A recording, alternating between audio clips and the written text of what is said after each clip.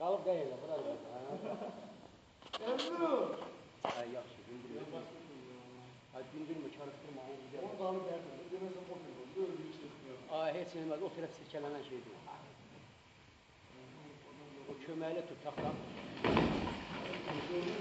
Onu görsən, o tərəfə heç şey yox olur. O tərəfə heç şey eləmir. Qırılsa dindir qaramağını. Hara, heç elə bir şey yox, balkonu sen. Yok, iki yeri, orada gözüm iki yeri bulmuş. Ama iki yeri bulmuş. Oo, sen hem çizgiler. Hatta doğramadığım hava var. Hani kalıbalar da uzun. Hatta bir yana iyi.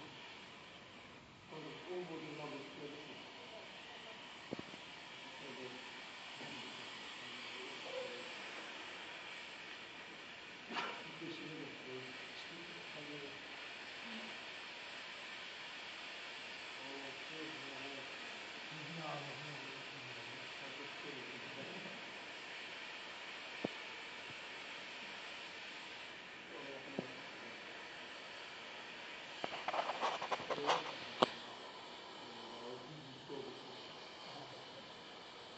Dünya bir canlı olduktan ayrı. Çay getirin de buraya.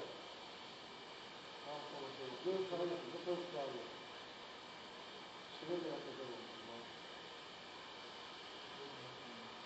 Kazanları diyorum.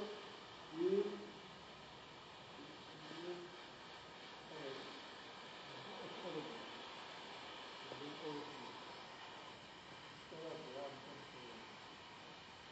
Görsən bir dənəsi nə qədər ağırdır saxlayır.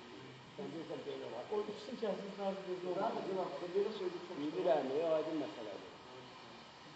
Aslan bunun üstünde bir şey var. Böyle bir şey var.